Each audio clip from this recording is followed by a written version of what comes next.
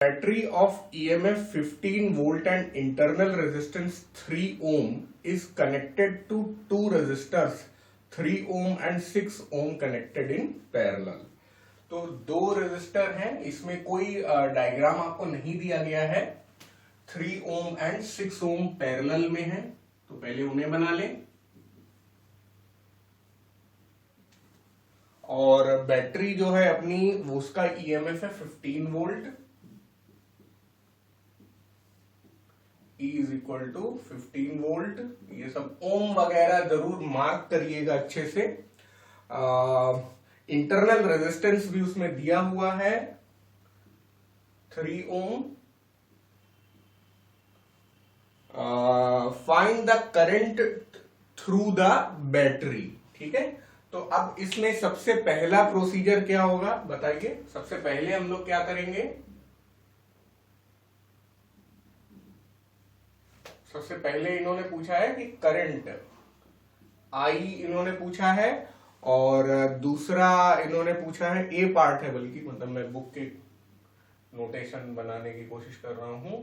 और B part में इन्होंने पूछा है potential difference between terminals of the battery, यानी कि टर्मिनल वोल्टेज पूछा है. क्योंकि करंट चल रहा है तो चलते हुए करंट में टर्मिनल वोल्टेज V होगा.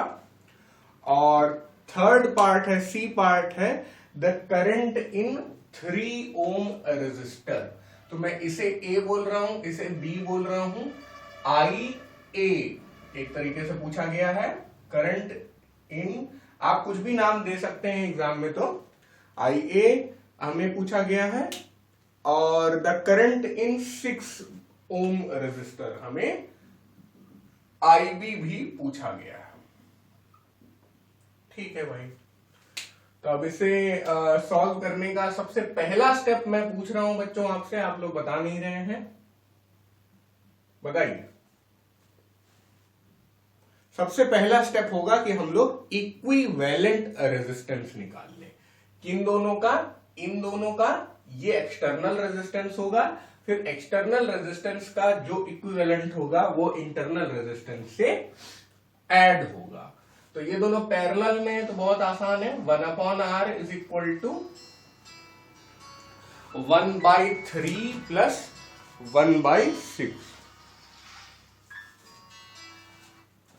और फिर इसको सीधा भी फॉर्मूला है इसका, आप चाहें तो ऐसे कर सकते हैं. कुछ लोग इस तरह करते हैं 3/3 और 6 का 3 इंटू 6 डिवाइडेड बाई 3 प्लस 6, ऐसे भी कर सकते हैं.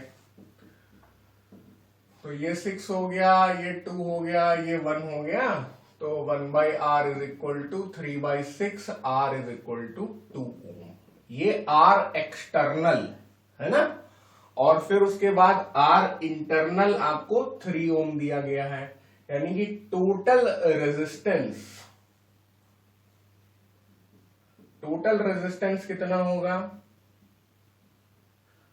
R equivalent. ठीक है, R इक्विवेलेंट मैं बोल रहा हूं. ये एक्सटर्नल है, आप समझ सकते हैं, मैं ऐसे लिखे दे रहा हूं एक्सटर्नल, और ये जो है ये है internal.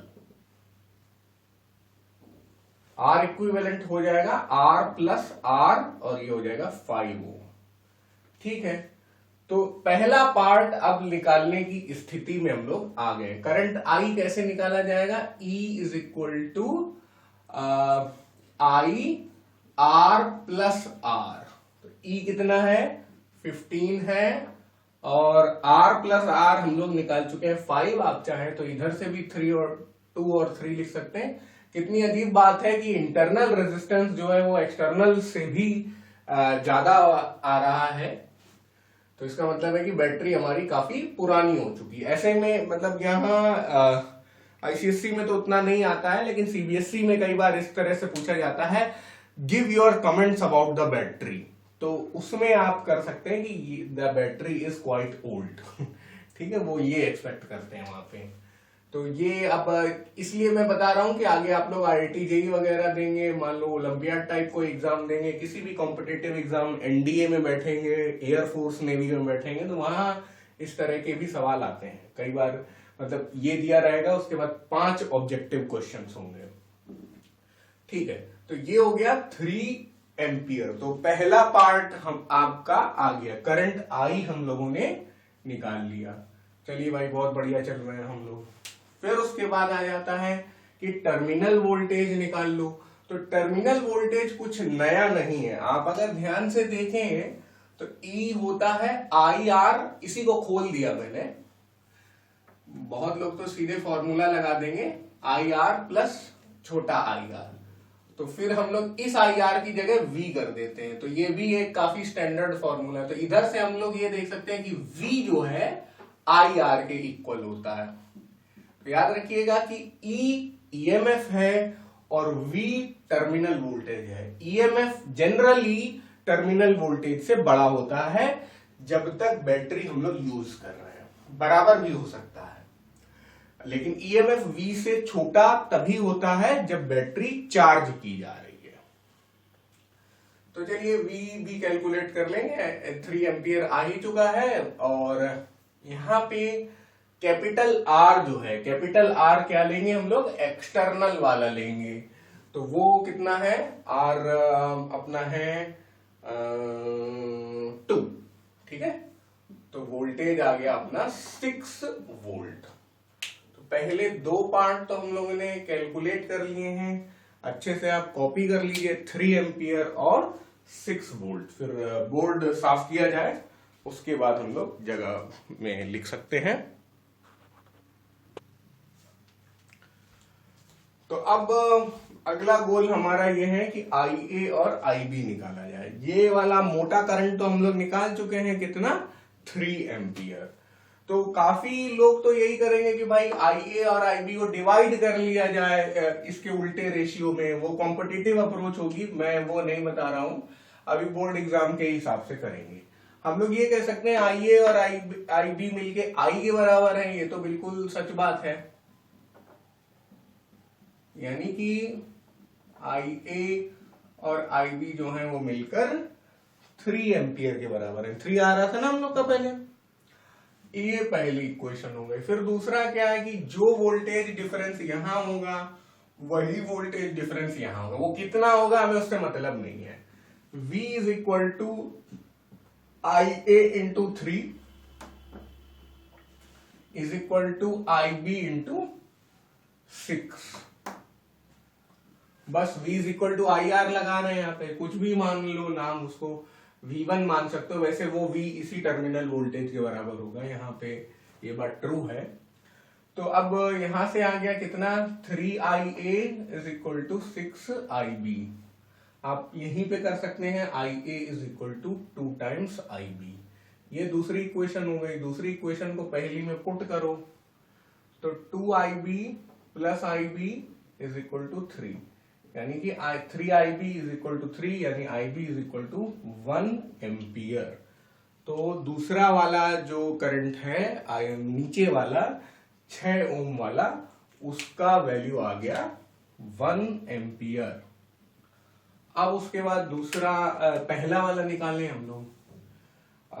IA is equal to 2 times IB, इधर से है ना, यही इक्वेशन को हम लोग ने यूज कर लिया। IA is equal to 2 times IB, IB क्या है 1, तो IA is equal to 2 ampere. बस, तो ये सवाल हो गया, सारी वैल्यूज हम लोगों ने निकाल ली। करंट आया था 3 एम्पियर, टर्मिनल वोल्टेज आया 6 वोल्ट, और IA आया 1 एम्पियर, सॉरी IA आया 2 एम्पियर, और IB आया 1 एम्पियर। अच्छा बच्चों, इसमें अगर मैं आपसे पूछता कि वेस्टेड वोल्टेज कितना है, तो कितना होता? ये बुक में नहीं पूछा गया, लेकिन मैं पूछ रहा हूं, what is the wasted voltage? Wastage आया किसकी वजह से होगा?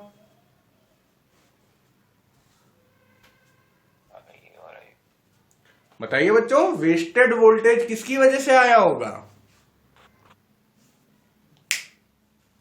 Sir EMF minus terminal voltage. हाँ, सही बताया, बिल्कुल सही बताया आपने, काफी देर में बताया लेकिन सही बताया। EMF minus terminal voltage. तो ईएमएफ 15 वोल्ट है और टर्मिनल वोल्टेज हम लोग का कितना आया था, 6 ही वोल्ट आया था। तो कितनी बुरी बात है, तभी मैं कह रहा था कि ये काफी पुरानी बैटरी है। इसका मतलब 9 वोल्ट की बर्बादी हो रही है और 6 वोल्ट का इस्तेमाल हो रहा है। हालांकि ये चीज इस क्वेश्चन में नहीं पूछी गई थी, याद रखिएगा वेस्टेड वोल्टेज जो होता है वो ईएमएफ माइनस टर्मिनल वोल्टेज होता है। एक और तरीके से आप वेस्टेड वोल्टेज निकाल सकते हैं, क्योंकि ई माइनस वी होता है आई मल्टीप्लाइड बाई इंटरनल रेजिस्टेंस। तो आई कितना हम लोग निकाल चुके हैं, ये मोटा आई कितना हम लोग निकाल चुके हैं, 3 एम्पियर निकाल चुके हैं।